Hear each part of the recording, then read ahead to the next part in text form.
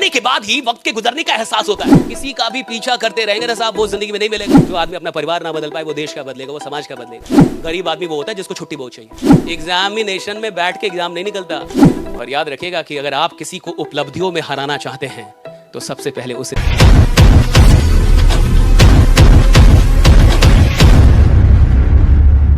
एक कहानी सुन लीजिए, मैं ज्यादा टाइम नहीं लूंगा। राइट, एक बड़ी इंटरेस्टिंग स्टोरी है, सुनिए। हरियाणा के अंदर एक बच्चे का जन्म होता है और उसका जन्म होता है, वो 3 बहनें उसकी पहले से थी, वो चौथा, यानी परिवार में 4 बच्चे हो गए, 3 बहनें और 1 भाई। उसके पिताजी एयरफोर्स में नौकरी करते थे, सब कुछ बढ़िया चल रहा था। जब वो बच्चा 7 साल का होता है तो एक बहुत दुखद समाचार उसके घर पे पहुंचती है कि उसके पिता जो एयरफोर्स में थे उनकी किसी बीमारी के चलते निधन हो जाती है। तो 7 साल का जब वो बच्चा था तो उनके पिता का निधन हो जाता है। और पिता का निधन मतलब यानी जिंदगी ने आपसे एक बहुत बड़ी चीज छीन ली। जिन लोगों के पिता नहीं है वो जानते इस बात को। तो जिंदगी ने एक बहुत बड़ी चीज, एक बहुत बड़ी शक्ति छीन ली। 7 साल का वो बच्चा और पिता का साया जिंदगी ने उसके सर से छीन लिया। माँ 3 बच्चियां, 1 बच्चा। राइट, माँ उनको कैसे भी करके पालती है, पोसती है, बड़ा करती है और बच्चा पहुंच जाता है इंटरमीडिएट में। बहुत सारे लोग यहाँ होंगे जो इंटरमीडिएट में होंगे। और वो कॉमर्स की पढ़ाई कर रहा था, सब कुछ बढ़िया चल रहा था। और 2000 लगभग 14 या 15 में जब वो कॉमर्स का ट्यूशन करके घर लौट रहा था अपनी बाइक से, तो एक शाम उस शाम उसका रोड एक्सीडेंट होता है। और एक ट्रॉली ट्रैक्टर जो होता है सीमेंट की पूरी, उससे उसका एक्सीडेंट होता है। बहुत लंबा वो खींचा जाता है और उस एक्सीडेंट में वो हमेशा के लिए अपना एक पैर गंवा देता है। अब देखिए, वही एक लड़का था, 3 बहनें पहले से थी, माँ थी, सब कुछ उसी पे था कि वही कुछ करेगा।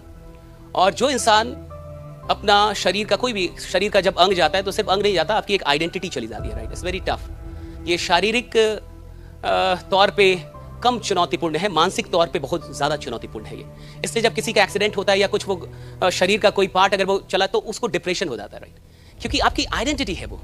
तो जब वो पैर चला जाता है उसका और वो हॉस्पिटल के बेड पे होता है तो उसकी माँ रोती रहती है। तो वो अपनी माँ से कहता है कि माँ तुम रो मत, मैं तुमको जिंदगी की हर खुशी लाके दूंगा।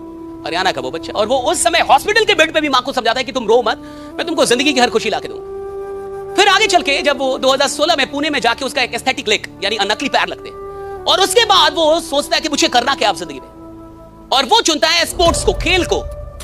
और खेल में भी जैवलिन थ्रो जो होती है, जैवलिन थ्रो, राइट, आप जानते हो, अभी तो पेरिस ओलंपिक भी चल रहा है। जैवलिन थ्रो को चुनता है और वो मेहनत करना शुरू करता है। 2018 में वो एक प्रतियोगिता में हिस्सा लेता है जहां वो 5वें नंबर पे आता है। फिर 19 में एशिया लेवल पे कंपटीशन होती है जहां वो सिल्वर लेके आता है। फिर पैरालंपिक का एक वर्ल्ड चैंपियनशिप होता है, वहां वो लेके आता है सिल्वर। और 2020 टोक्यो ओलंपिक में वो भारत के लिए गोल्ड मेडल लेके आता है। सुमित अंतल, उस लड़के का नाम है सुमित अंतल। उनके साथ हादसा किया, वो छीन लिया, लेकिन फिर भी उस चुनौती को स्वीकार करके वो भारत के लिए गोल्ड लेके आए। क्या दिया है? बढ़िया माँ बाप, अच्छा शहर, अच्छा कोचिंग, अच्छे गुरु, सारी अच्छी व्यवस्था। और फिर भी हम काम ना करें, हम अभागे हैं साहब। फिर भी हम मेहनत ना करें, हम अभागे हैं साहब। और सवाल इसका नहीं है कि आप देश के लिए करेंगे, पहले तो सवाल आप खुद के लिए कुछ कर लें। देश के लिए तो बहुत बड़ा है सोचना कि मैं देश के लिए कुछ बड़ा कर पाऊं, मैं समाज के लिए। पहले तो आप अपने लिए ईमानदार हो जाएं कि मैं खुद को बढ़िया बना लूं, जैसा हूं वैसा ना रहूं, खुद को बदल लूं इस पटना में आके। और अगर मैं आइडियलाइज में हूं तो मैं अपनी पढ़ाई को, अपनी चीजों को आगे लेके जाऊं, कुछ अच्छा करूं। आप पिछले देखिए, और आपके पास बहुत टाइम नहीं होता, जब इंसान पढ़ाई कर लेता है ना तब पछतावा होता है साहब। अभी नहीं होगा, बाद में होता है। वक्त गुजरने के बाद ही वक्त के गुजरने का एहसास होता है। जब मौका चला जाता है तब आपको लगता है ये मौका बहुत बड़ा था। तो जब जिंदगी आपसे मौका छीन लेगी तब आपको लगेगा कि मुझे उस समय पढ़ लेना चाहिए। और किसी का भी पीछा करते रहेंगे ना साहब, वो जिंदगी में नहीं मिलेगा। जब आप जिंदगी में खुद पे मेहनत करेंगे, एक दिन दुनिया आपका पीछा करती है। आप जहां जाते लोग आपसे मिलना चाहते हैं। Right, people want to meet you, people want to see you. Right, people want to have clicks with you. Right, it's all about working on yourself. जब आदमी खुद पे मेहनत करता है ना साहब, तो जो चीजें उसे नहीं भी मिलनी थी वो भी मिलती है, जिसको नहीं भी आना था वो भी आता है। It's all about working on yourself. तो एक बात याद रखिएगा, आज आपके पास पटना में और बहुत बड़ा टाइम भी नहीं होता। मुझे नहीं पता आप कैसे परिवार से इधर आए और क्या आपके पिताजी और माँ की उम्मीदें हैं, लेकिन मुझे इतना पता है कि भारत का, बिहार का जो एक पिता होता है, उसकी उम्र अगर 50-60 साल है या 55 साल उसकी उम्र है, तो वो 12 घंटे काम कर रहा है साहब। आपके पिताजी 12 घंटे मेहनत कर रहे होंगे, 12 घंटे। तो अगर मेरे पिता 12 घंटे मेहनत कर रहे हैं और मैं 12 घंटे सोऊं, दोनों चीजें सही नहीं है साहब। आपके पिताजी 12 घंटे काम कर रहे हैं कि आपको कोई तकलीफ ना हो, आपको कोई कष्ट ना हो, आपको कोई परेशानी ना हो। और वही बच्चा आके यहाँ 12 घंटे सोए, आके यहाँ 14 घंटे सोए, काम ना करे, मेहनत ना करे। अब बेईमानी। और सवाल इसका नहीं है कि मैं टॉपर हुआ कि नहीं, सवाल इसका नहीं है कि मुझे दुनिया में नंबर 1 होना है। सवाल इसका है कि मुझे अपनी जिंदगी का नंबर 1 होना है, कि 2024 में मैं वो इंसान हूं जो कभी नहीं था। मैं नंबर 1 हूं 2024 में, मैं अपनी जिंदगी का नंबर 1 हूं। अगर मेरी उम्र 20 साल है, 20 साल का नंबर 1 आदमी मैं हूं। अगर 21 साल में 21 साल में ये नंबर 1 हूं। और अगर मैं ये भी नहीं कर पा रहा तो मैं बहुत पीछे हूं। और जमाने में कंपटीशन बहुत ज्यादा है। अगर आपको कंपीट करना, आगे आना है, तो आपको कभी ना कभी तो ईमानदार होना होगा साहब। अगर आप ईमानदारी नहीं लेके आ पाए, और यहाँ पे एक तो आइडियलाइज एक ही लाइन है भैया, honesty is the best policy. हर जगह honesty is the best policy, लेकिन ये ऑनेस्टी इतनी महंगी चीज है कि आप सस्ते लोगों से इसको उम्मीद ही नहीं कर सकते। This is so costly, this is so priceless. आप कितने ईमानदार हैं अपने एफर्ट्स में, ये देख लीजिएगा कि आपकी ईमानदारी कितनी है। लास्ट में एक बात बताता हूं, 2007 में एक आदमी ने दुनिया के सामने आके ये कहना शुरू किया, दुनिया की मीडिया को, कि मैं 2008 की ओलंपिक में वर्ल्ड रिकॉर्ड बनाऊंगा और 36 साल पुराना रिकॉर्ड तोड़ दूंगा। 36 साल पहले एक रिकॉर्ड बना था जब एक आदमी ने 7 गोल्ड मेडल जीते थे एक ही ओलंपिक। तो उसने कहा कि 2008 की बीजिंग ओलंपिक में मैं 8 गोल्ड मेडल जीतूंगा, और साथ में उसने बोलना शुरू कर दिया दुनिया की मीडिया के सामने। तो मीडिया ने समझा ये बड़ा एरोगेंट है, बड़ा घमंडी आदमी है, राइट, कैसे तोड़ेगा। और 8 गोल्ड मेडल क्या मजाक है, एक देश लेके नहीं आ पाता, एक देश लेके एक आदमी 8 गोल्ड मेडल एक ही ओलंपिक में। और 2008 की बीजिंग ओलंपिक से लगभग 11 महीने पहले शायद उसकी कलाई की हड्डी टूट गई, और वो था स्विमर, तैराक था। तो डॉक्टर ने कहा कि 14 दिन आपको पानी से बाहर रहना है, और उनका कहना है कि अगर एक एथलीट जो तैरता है वो एक दिन पानी में ना जाए तो उसका शरीर 2 दिन पीछे हो जाता है, यानी 2 दिन वो पीछे हो जाएगा। तो 14 दिनों तक उसने क्या किया कि स्टेशनरी बाइक आती है, आपने जिम में देखा होगा, जो लोग बैठ के और वो बाइक चलाते हैं, वो 3 घंटे बाइक चलाता था, 3 घंटे कंटिन्यूअसली, 14, ताकि एंड्योरेंस लेवल बना रहे शरीर का।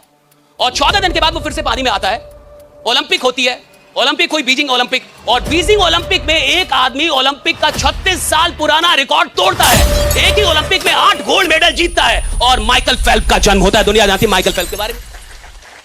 तो माइकल फेल्प्स से पूछा गया कि आपने ये कैसे कर दिया, how did you make this possible, right.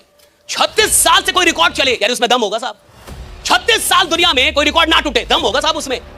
और 36 साल के बाद कोई आदमी आके तोड़ दे, और एक साल पहले बोल के कि मैं तोड़ूंगा, एक साल पहले बोल के कि मैं 8 गोल्ड मेडल, अरे भैया बहुत बड़ी बात है। इधर तो आदमी जल्दी बोल नहीं पाता कि मैं एग्जाम निकाल दूंगा, कहता देखेंगे, बोल नहीं पाता मैं अंग्रेजी बोल लूंगा, तो सोचेंगे भैया वो आदमी बोल रहा 8 गोल्ड मेडल लेके आऊंगा, क्यों। उससे पूछा कि आपने किया क्या, उसने कहा कि मैंने 4 साल तक, अब गौर से सुन लीजिए, राइट, इससे पता चल जाएगा कि आप जिंदगी में जाएंगे कहां। देखिए सबकी अपनी जिंदगी है, सबके अपने माँ बाप हैं, सबका अपना परिवार है। देश का आप बदलेंगे, अगर जो आदमी अपना परिवार ना बदल पाए वो देश का बदलेगा, वो समाज का बदलेगा। आपके माँ बाप भैया आपकी जिम्मेवारी है।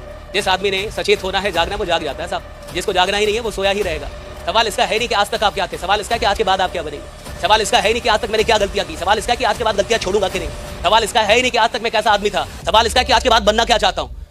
कभी भी आदमी जागता है, कहीं से जागता है, कहीं से सुधरता है, उसकी शुरुआत कहीं से भी हो सकती है। सवाल इसका है कि आज के बाद भी आपको वैसा ही रहना जैसे रह गए आप, आज तक भी वैसे ही आगे भी रहना, या आप कुछ बदलेंगे अपने आप को, आपकी जिंदगी, आपके माँ बाप आप जाने, आपके भाई बहन आप जाने, जिसको जो करना है करता है साहब। आप पटना है सब नहीं आए, ये मौका आपको बार बार जीवन में नहीं मिलेगा, ये याद रखिएगा।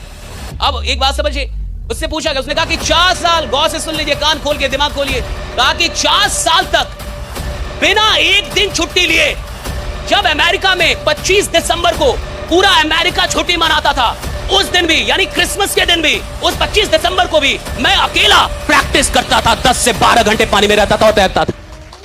4 साल बिना एक दिन छुट्टी लिए, फिर से सुनिए, 4 साल बिना एक दिन छुट्टी लिए, और मैं एक दिन 10 से 12 घंटे पानी में था। 4 साल बिना एक दिन छुट्टी लेकर आप और मैं आते, एक दिन में क्या जाता है।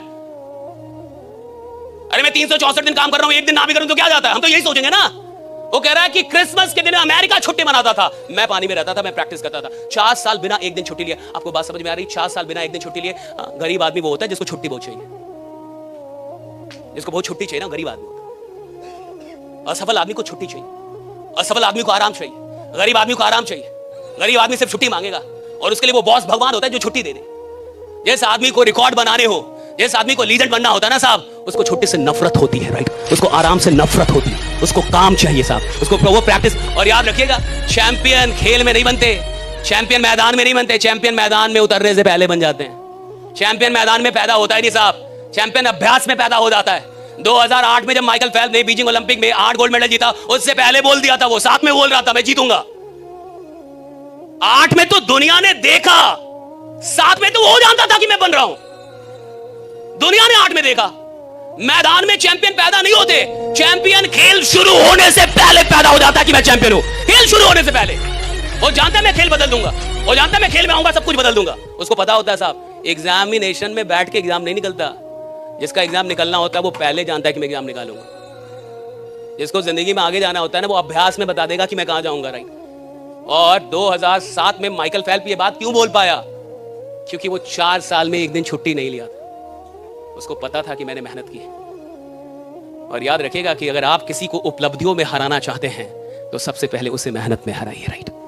जब आप किसी को मेहनत में हरा सकेंगे तब आप उसको उपलब्धियों में भी हरा सकेंगे। जो लीजेंड होते हैं ना साहब, वो पहले मेहनत में हराते हैं। माइकल फेल्प्स ने पता किया था कि वो जो आदमी था जिसने 7 मेडल लिए थे, 7 गोल्ड, उसने क्या किया था। तो माइकल फेल्प्स को पता चला कि वो 7 से 8 घंटे तैरता था रोज। तो माइकल फेल्प्स ने कितना तैरा? 10 से 12 और 4 साल लगातार। इसलिए वो श्योर था मैं तोड़ दूंगा। मेहनत कर ली ना उसने साहब।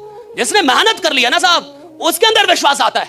और विश्वास मेहनत से पैदा होता है। और जब एक बार विश्वास आ जाए तो आप दुनिया में कुछ भी हासिल कर सकते हैं, right. You can achieve anything.